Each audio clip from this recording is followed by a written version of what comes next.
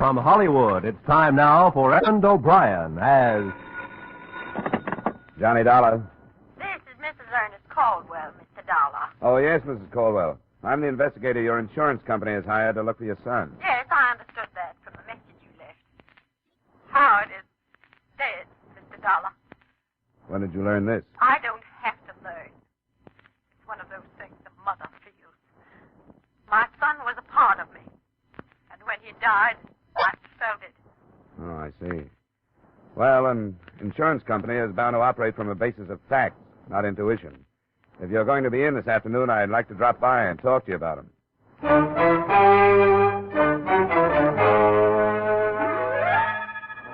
Edmond O'Brien in another adventure of the man with the action-packed expense account. America's fabulous freelance insurance investigator. Yours truly, Johnny Dollar.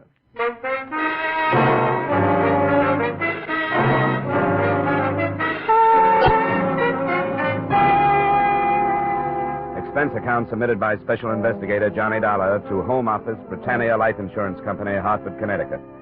The following is an accounting of my expenditures during investigation of the Howard Caldwell matter. Expense account item 1, $6.50 transportation round trip between my Hartford apartment and the Caldwell country estate. From every angle, inside and out, the place looked more like a museum than a dwelling. And Mrs. Caldwell struck me as the mother of all the answers as to why boys leave home. I don't know why Howard left. I simply can't understand it. No mother could have been more devoted than I. Except at school, I never left him alone for a moment. I made him share everything with me. I protected him and I advised him. And yet... Yeah. Well, now let's get these facts in order. Name, Howard. Age 23, left here for San Francisco, California about a year ago. What was he doing in San Francisco? Oh, he was studying to be an artist. In a rather deceitful way. He knew I didn't approve. He told me he wanted to go to the coast to see a football game. Then he wired me that it had been delayed. And the next thing I knew, this letter arrived, saying that he'd met some people out there, that he didn't need any money, and that he'd enrolled in this art school. I didn't believe it. I knew he was in trouble then. What's the name of the school? The Orlando School of Art. I wrote and begged him to come back, and he answered that he thought it would be better if he didn't, as if he were being threatened. Why would anybody threaten him? Well, I don't know. He told me very little of what he was doing. That's why I knew he was in trouble. Because we always shared everything. He'd never kept secrets from me. I think you're exaggerating this thing, Mrs. Caldwell. I tell you I'm not. You haven't told me any one thing that What should I think when he writes that I'll never see him again? When he tells me not to go to the police because it won't do any good? That he's gone to another life? Here's a letter. Read it for yourself. The letter did say that. The date on it was a week old, and it went on to make other vague references to danger and death. But a statement that the mother had ignored came to my mind closest to the truth. Howard Caldwell had written, "If I had been mentally equipped for life as other people are, this wouldn't have happened, and I could have lived."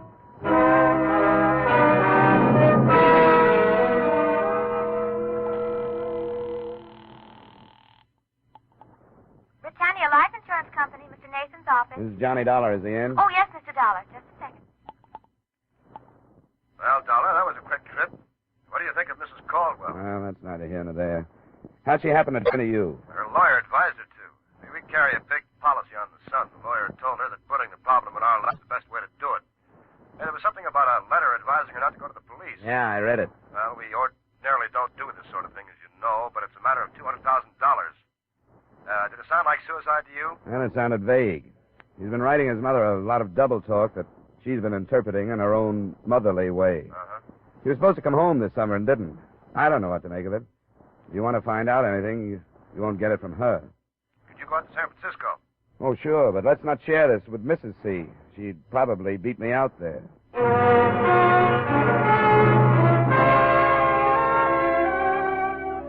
Expense account item 2, $200 airfare and incidental costs, Hartford to San Francisco. Expense account item 3, 170 cab fare from my hotel, the Bellevue, to the last known address of Howard Caldwell. A brownstone in a row of brownstones on Taylor, a street that climbs one of San Francisco's 7 hills. The apartment house manager was in and would oblige. He hasn't been here for a week and a half. I've been taking his mail up to his apartment, but his box gets so full they can't get any more in. The apartment is still in his name? He paid up 3 months in advance. You mind if I look it over? Well, I suppose it's all right if you're trying to help it. It's up here. Mr. Caldwell say anything to you about leaving? Well, no, he didn't. I hope there isn't any trouble. But you'd think he'd come for some of his clothes if there wasn't, wouldn't you? They're still here? I couldn't help noticing after he'd been gone so long, without a word. Oh, sure. Yeah, this is it.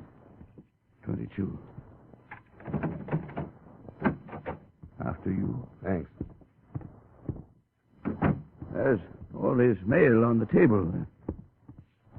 I hope everything's all right. He's a nice, likable young man. Know any of his friends? Well, no, I don't. I expect he had some, though. He was out at night lots. He never came home drunk or anything, no. Well, if you don't mind, I think I'll run through the place. I won't be long. Well, I suppose it's all right as long as I'm here. After I'd finished, I knew very little about Howard Caldwell that I hadn't already known. The letters on the table were, as to be expected, all from his mother. A drawer in a bedside table gave me something too odd to be ignored. 25 or 30 match folders, all from bars or restaurants, all empty of matches, and each marked in pencil with a date. The earliest, May 4th, 1950. The most recent, September 12th. A closet gave me a portfolio of sketches from various perspectives, and they looked like a brunette. Nothing else in the place seemed to point in any direction, so I copied the addresses on the match folders and helped myself to 3 of the most descriptive sketches. Expense account item 4, $1.30 cab fare to the Orlando School of Art.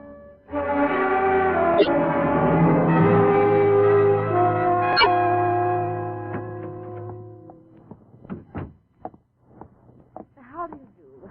I'm Beatrice Orlando. Did you wish to see me? Yes, I'm a private investigator from Hartford, Connecticut. I'm here trying to locate a student of yours. Howard Caldwell. That's right. You're fast. Not at all. I take a personal interest in my student. It was so strange the way he just stopped coming to class. He was doing so nicely and seemed to enjoy his work. Is he in trouble? I don't know. I wonder if you could tell me which of his classmates were personal friends of his. Well, I don't think any of them were. Here. Look at these. Oh. Yes, that's Howard's work. Excellent, don't you think? And that model, she must be a gorgeous girl. Isn't she one of your models? I only wish she were. Remarkable, the lines and planes. Yeah.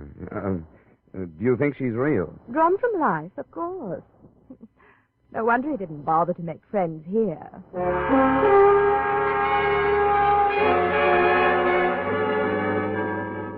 Expense account item 5, $45, see enclosed bar tabs. That night, I started making the rounds of the addresses I'd copied from Howard Caldwell's collection of dated match folders.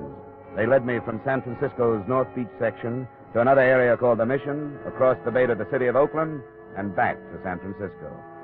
The only pattern I could set up was that none of the joints were worth remembering. They were neighborhood bars, as a rule, and the routine in each was about the same, except at the one called the stop sign. Is the drink all right, mister? Yeah, it's fine. Say, I wonder if you could help me. How? I'm looking for an old friend of mine. I understand he used to come into this bar. Here. Here's a photograph of him. Name's Howard. No. No, I don't remember him. I got a mind for faces, too. And then look at this. It's only a sketch. Have you ever seen a girl who looks like this? It's a gag. No, it isn't. Makes you think it would be. You mean this is a drawing of a real dame? That's right. And for 10 or 20 bucks extra, I can have the genuine photograph to hang up behind my... Get out of here. Wait a minute. Has somebody tried to sell you a deal like that? You're the first, and I can tell you won't go over in this town. I'm not trying to sell you anything. Well, then go someplace else and don't try. I never saw the guy or the dame, and I don't expect to. Good night. Hey, let me see a picture, will you? Sorry, Mac. It's private. Oh, wait a minute. Maybe I know who she is. Why should you? Because I know everybody that comes to this bar. If her boyfriend's name is Howard, I bet I know him. That's what I said it was. Did you say it was Caldwell? Where can we talk? Come on, outside.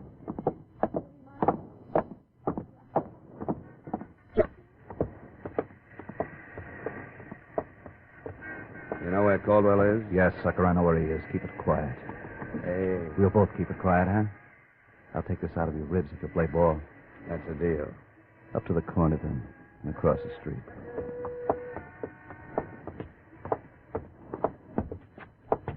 Now across that parking lot. The yellow club coupe.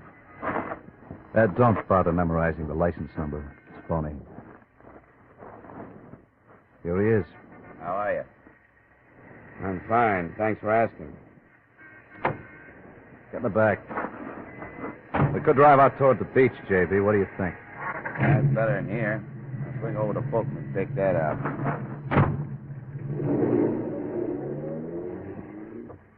How'd you get the addresses of these bars? How did you find out about me? We've been waiting for somebody to show up. Been watching his apartment. We saw you go in and then tailed you to that school. Is Caldwell alive? Yeah, but he won't stay that way if people start prying. Why not?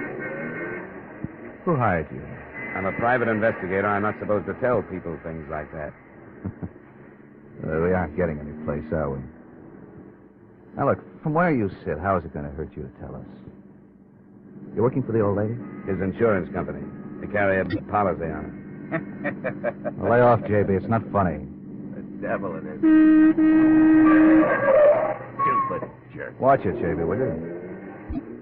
I've only got one thing to say, Dollar. Stop looking for them. Leave things the way they are. I'm giving you the best advice anybody could. Drop it. Go on home. Can't do it. I'm stuck. You ought to understand that. It's my business. If I give up on one job, I'll never get another. Yeah, I guess you got a point at that. Drive him back to his hotel, JB. It's Bellevue, isn't it?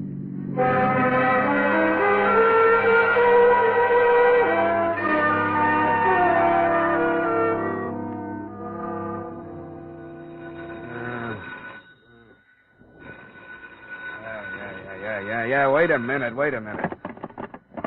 Yeah, what is it? It's 5:30. The early edition seeing the streets. What? Who is this? You'll remember when you wake up. Go buy an Examiner, page 1, headlines. Yes, sir. Huh? Send me some coffee, will you? And the early Examiner. Yes, sir. I think the coffee shop is just opening. A couple of cigarettes later, room service arrived. The headline read, Syndicate Head Found Slain in Auto Trunk. Benjamin Miller, Western Gang Chief, shot to death. I didn't see how there could be any connection between a dead mobster and the Howard Caldwell matter. But that only proves how wrong an investigator can be.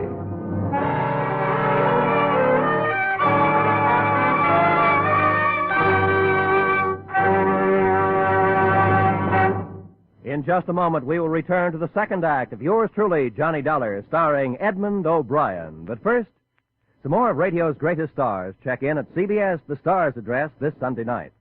The first you'll hear are Amos and Andy.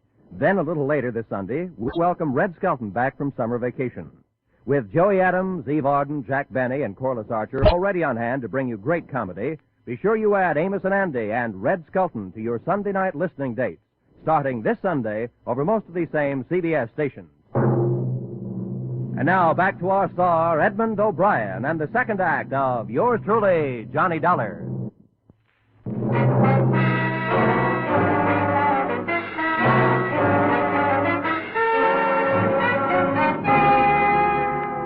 The story under the headlines went on to explain that Benjamin Miller's body had been found in an abandoned car after a phone tip at 11:15 the preceding night. The chief had been shot to death approximately a week before. It was feared that an underworld war would be touched off by the killing, since Eastern operators allegedly had threatened to force Miller out of business on the West Coast. The police had decided to play a waiting game. No lead in all that. But on page 4, there was a picture. Ben Miller in happier days. At his side stood a brunette that matched the one in Caldwell's sketches point for point. Nora Rush, with an address on Ardmore Street in Los Angeles.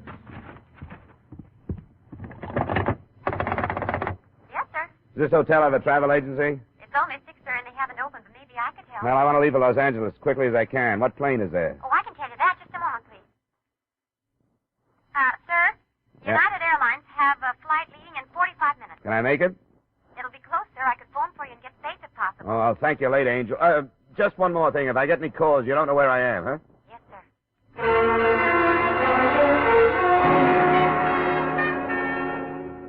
Expense account item 7, $5 cab fare and $5 tip for a taxi driver who got me to the airport in 20 minutes.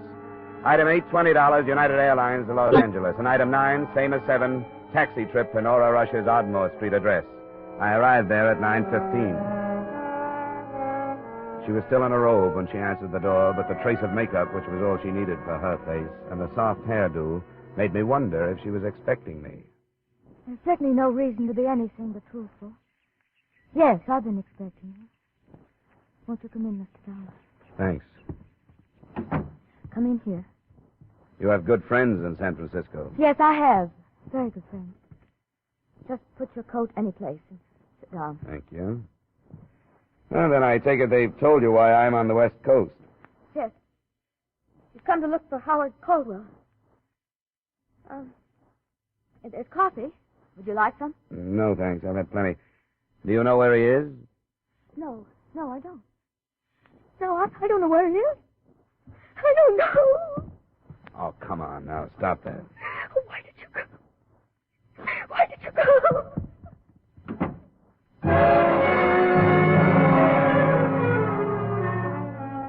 That was the end of the test run. I rattled around the rest of the place for almost an hour while I waited for her to come out of the bedroom. I didn't feel like snooping, but I couldn't help seeing a framed photograph that had been hastily hidden under a mat on the piano. It was young Caldwell, but not the subdued, dead-faced kid in the picture I'd gotten at his Connecticut estate. Instead, a guy with some enthusiasm in his friendly eyes. I was in the kitchen drinking the coffee when she came out. What are you doing? Waiting for you? Why don't you leave? Well, if I did, somebody else just like me would show up. Maybe he'd make you unhappier than I do. That kind of a racket. I sympathize with you. You should. You put me on the defensive. I hadn't noticed.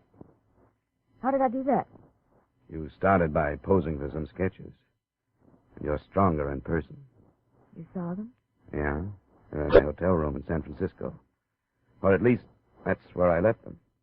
Who else saw them? A few bartenders and his art teacher. Oh, that little fool. Told me he destroyed them. Did you say bartenders? Yeah. He had a match folder collection all dated from a series of nondescript hideaway-type bars. Oh, how could he have been so stupid? Could he have been in love? Well, he didn't have to go out of his mind. He lied to me. He told me there was nothing to link us together. What's the difference if there is? Because Howard killed Ben Miller. And nobody will believe it now. Why won't they believe it? It was my gun. Registered? Yes. Where is it? Howard has it hidden. I loved him and all that. But the true story has... Oh, you've got to believe. You haven't told me. I will, Mr. Dollar. I have to sit down. All right, come on, over here. How did you meet Caldwell? I was going with Ben Miller. Not because I thought anything about him, but he was so powerful out here, and I just come from Chicago. Caldwell? Well, it was one of those parties. Some of the models from the Orlando school were invited us to fill out. It was Howard's school, and one of the girls had talked him into coming. That's when we met. There was something about him. I don't know. This was in May, I take it. I think so. Spring, anyway.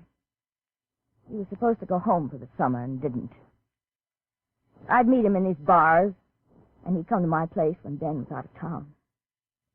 He wanted to sketch me, so... But that's not important.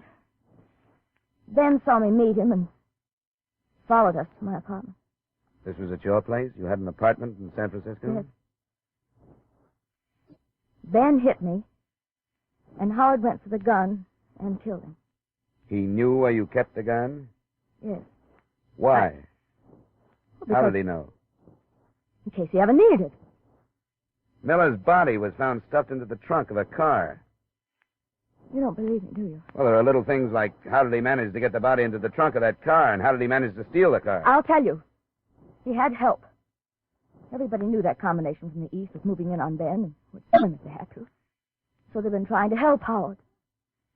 And he was all right till you came out here. Oh, that's a pretty good setup. Ben Miller would be checked off as a gang killing, the kind they so seldom get around to solving. When it cooled off, you could take up where you dropped him. I didn't kill him. A plural you. You're all in it. But I can't quite figure it. What? Why those two friends of yours who picked me up last night would go to bat for a worthless Eastern aristocrat. They want to help him. Why? Well, because he's my friend. Why should anybody take a rap for killing a man like Ben Miller? You don't want him to die for it, do you? Do you? Of course not. We're trying to help him. What are you going to do? Well, the Frisco police are combing the city for leads on the scene of the murder weapon, and a definite link between dead man and killer. I seem to be sitting on all three. You aren't going to the police. That depends on how fast you tell me where Caldwell is. I want to hear his version of the story. I don't know where he is. I told you that. Yeah, I know you did. Wait now, please. Wait just a minute. Please. But just a minute, please. Oh, will you stop it? Just listen to me. I know what you think of me, and I know you don't believe me. But I wish you would, just for a little while. How long? An hour or so. My brothers are flying down. They'll be here by noon. Brothers? The men you met last night. I wish them before you do anything. It won't be a mistake. I wish you had hit me over the head with something. That's a funny thing to say. Well, what I mean is that kind of trouble makes me mad enough to fight.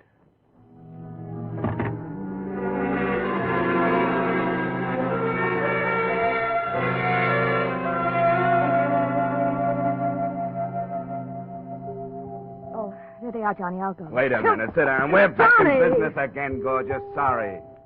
I'll have it. All right, go ahead, you stubborn jerk. Come in. Where's the other one? Stayed in Frisco. Sorry I couldn't get here faster, honey. Are you all right? I'm all right, Al. Did you tell them how it happened? Yes. She told me and we made a deal. I wouldn't phone the police until I talked to you. Still stands. Can I get you anything, Al? Yeah, a drink would help. All right. Look, Dollar. For some reason, my sister fell for this kid. I guess it was the first time in her life that something decent came along for her. He wanted to marry her. And it fell to pieces when Caldwell lost his head and shot Ben. What really happened, Al? Ben made a lot of threats and stirred up all the mud in Nora's life. She tried to stop him. He slugged her, and that was it. Were you there? No, I wasn't there, but that's what happened. Leave it alone, Dollar. Ben had the finger on him anyway. Why not let it cool off?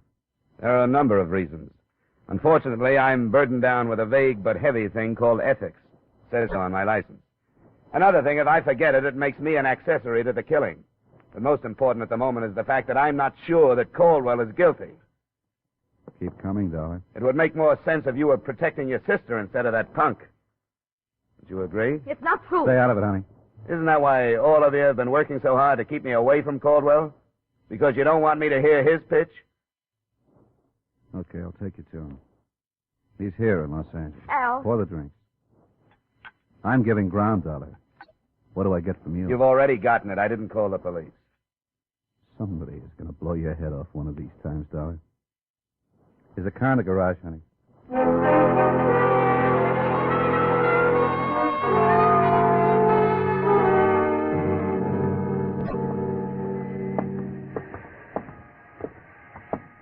This is it. Upstairs. Quite a come down for a scion type. That's a good spot for him. You could live in this part of town for 100 years, and nobody would know who you were or what you were unless you wanted them to. Up front here. Howard. Howard. It's Al, Howard. Howard. What about it, Al? What's this? They told him not to leave. No clothes. This is an empty room, Al. This is where he was. You can check downstairs. He used the name Harris. Save it, Al. There's only one place he'll go, to Nora's. I'll try the rest of this without you. You've got nothing but a mouthful of lies. I don't want any more of them. Come on, get out of my way.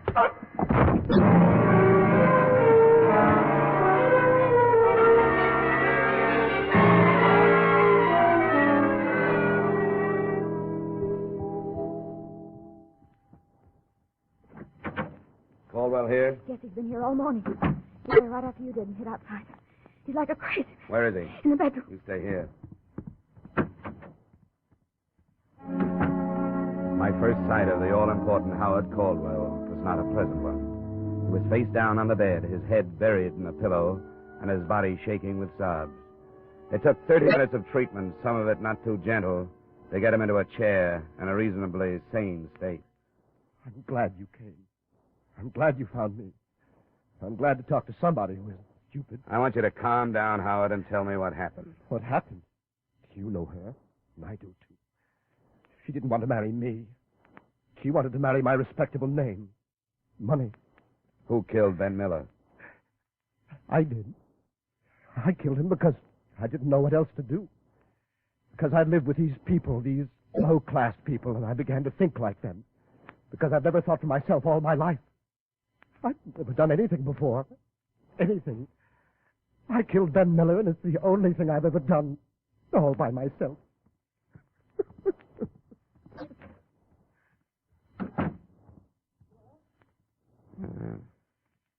Why did you risk all this to protect him? I don't know. Because there was something that drew us together. He was lost, and so was I. And I figured it was my fault. I'd drawn him into my life. He hadn't drawn me into his. I thought I owed it to him. But he's a snob, isn't he? Yeah. Yeah, I'm afraid so. He called me a tramp. But I guess when you take a guy like him, who wants to get away from his kind of life, and a dame like me who wants to get away from her kind, and neither one can figure it out. What can you expect but trouble?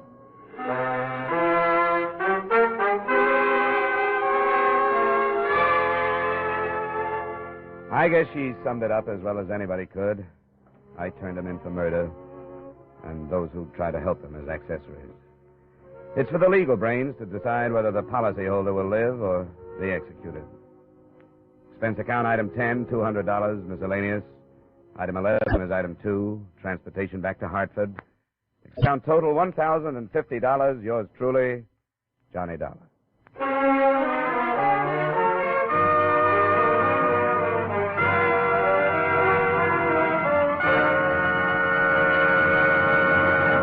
Yours truly, Johnny Dollar, stars Edmond O'Brien in the title role and was written by Gil Dowd with music by Wilbur Hatch. Edmond O'Brien may soon be seen in the Paramount picture Warpath. Featured in our cast were Lorene Tuttle, John McIntyre, Bob Sweeney, Hy Averback, John Daner, Gene Bates, and Jeanette Nolan. Yours truly, Johnny Dollar, is produced and directed by Jaime Del Valle.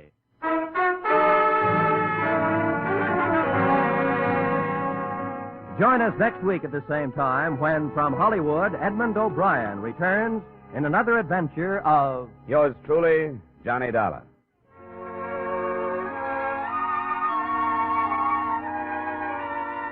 This is Roy Rowan speaking. Stay tuned now for Vaughn Monroe's Caravan, which follows immediately over most of these same CBS stations.